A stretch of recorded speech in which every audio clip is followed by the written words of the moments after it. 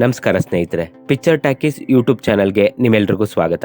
ನಿಮ್ಮೆಲ್ಲರಿಗೂ ಗೊತ್ತಿರೋ ಹಾಗೆ ಈಗಾಗಲೇ ವರ್ಷದ ಕೊನೆಯ ತಿಂಗಳಾಗಿದ್ದ ಡಿಸೆಂಬರ್ನಲ್ಲಿ ಭಾರತೀಯ ಚಿತ್ರರಂಗದ ಬೇರೆ ಬೇರೆ ಪ್ರಮುಖ ಭಾಷೆಗಳಲ್ಲಿ ಸಾಕಷ್ಟು ಬಿಗ್ ಸಿನಿಮಾಗಳು ಬಿಡುಗಡೆ ಕಂಡಿವೆ. ಅವುಗಳಲ್ಲಿಯೂ ವಿಶೇಷವಾಗಿ ನಾವು ಮಾತನಾಡೋಕೆ ಹೊರಟಿರೋದು 3 ಸಿನಿಮಾಗಳ ಬಗ್ಗೆ. ಬಾಲಿವುಡ್ ಡಂಕಿ, ಟಾಲಿವುಡ್ ನ ಸಲಾರ್ ಹಾಗೂ ನಮ್ಮ ಕನ್ನಡದ ಕಾಟೇರ ಸಿನಿಮಾದ ಬಗ್ಗೆ.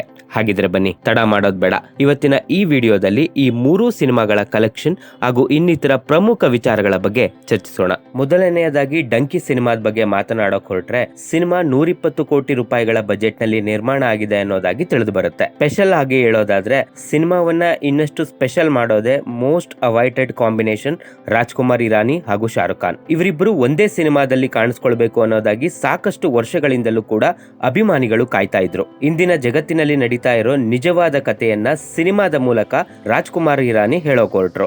ಇದೇ ಸಂದರ್ಭದಲ್ಲಿ ಸಲಾರ್ ಸಿನಿಮಾ ಕೂಡ ಬಿಡುಗಡೆಯಾಗಿದ್ದು, ಕಲೆಕ್ಷನ್ ವಿಚಾರದಲ್ಲಿ ಕೊಂಚ ಮಟ್ಟಿಗೆ ಅಡ್ಡಿಯಾಗಿ ಕಾಣಿಸಿಕೊಂಡಿತ್ತು ಅಂದ್ರೆ ತಪ್ಪಾಗಲ್ಲ. ಸಿನಿಮಾ ಕೂಡ ಮಿಶ್ರ ಪ್ರತಿಕ್ರಿಯೆಯನ್ನ ಪಡೆದುಕೊಂಡಿದೆ ಅನ್ನೋದಾಗಿ ತಿಳಿದು ಬರುತ್ತೆ. ಇನ್ನು ಸಿನಿಮಾ ಸದ್ಯದ ಮಟ್ಟಿಗೆ 370 ಕೋಟಿಗಿಂತ ಹೆಚ್ಚಿನ ಕಲೆಕ್ಷನ್ ಮಾಡಿದೆ ಅನ್ನೋದಾಗಿ ತಿಳಿದು ಬಂದಿದೆ. ಲೆಕ್ಕಾಚಾರದ ಪ್ರಕಾರ ಹೆಚ್ಚೆಂದರೆ ಈ cinema lifetime worldwide gross collection ಬಗ್ಗೆ ಮಾತನಾಡೋದಾದ್ರೆ 500 ಕೋಟಿ ರೂಪಾಯಿಗಳ ಆಸುಪಾಸಿನಲ್ಲಿ ಕಂಡು ಬರಬಹುದು. ಡಂಕಿ ಸಿನಿಮಾ ಬಿಡುಗಡೆಯಾದ ಮರುದಿನ ಅಂದ್ರೆ ಡಿಸೆಂಬರ್ 22ಕ್ಕೆ ಬಿಡುಗಡೆಯಾಗಿರೋ ಸಲಾರ್ ಸಿನಿಮಾದ ಬಗ್ಗೆ ಮಾತನಾಡೋದಾದ್ರೆ, ಕೆಜಿಎಫ್ ಯಶಸ್ಸಿನ ನಂತರ ಪ್ರಶಾಂತ್ ನೀಲ್, ಆದಿಪುರುಷ್ ಸೋಲಿನ ನಂತರ ರೆಬಲ್ ಸ್ಟಾರ್ ಪ್ರಭಾಸ್ ಇಬ್ಬರು ಕೂಡ ಜೊತೆಯಾಗಿ ಮ್ಯಾಜಿಕ್ ಮಾಡಿದ್ದಾರೆ ಅಂತ ಹೇಳಬಹುದು. 400 ಕೋಟಿ ರೂಪಾಯಿಗಳ ಭರ್ಜರಿ ಬಜೆಟ್ ನಲ್ಲಿ ಮೂಡಿ ಬಂದಿರುವಂತಹ ಈ ಸಿನಿಮಾ ಈಗಾಗಲೇ 600 ಕೋಟಿ ರೂಪಾಯಿಗಳನ್ನ ಕಲೆಕ್ಷನ್ ಮಾಡಿ ಮುನ್ನುಗ್ತಿದೆ. ಶಾರುಖ್ ಖಾನ್ ಅವರಂತಹ ಯಶಸ್ವಿ ನಾಯಕನ ಸಿನಿಮಾದ ಬಿಡುಗಡೆಯ ಹೊರತಾಗಿ ಕೂಡ ಸಲಾರ್ ಸಿನಿಮಾ ಬಾಕ್ಸ್ ಆಫೀಸ್ ನಲ್ಲಿ ತನ್ನ ಡಾಮಿನೇಷನ್ ತೋರಿಸಿದೆ ಅಂತ ಹೇಳ್ಬಹುದು. ಇನ್ನು ಸಲಾರ್ ಸಿನಿಮಾ ತನ್ನ ಲೈಫ್ ಟೈಮ್ ಗ್ರಾಸ್ ಕಲೆಕ್ಷನ್ ಬಗ್ಗೆ ಮಾತನಾಡೋದಾದ್ರೆ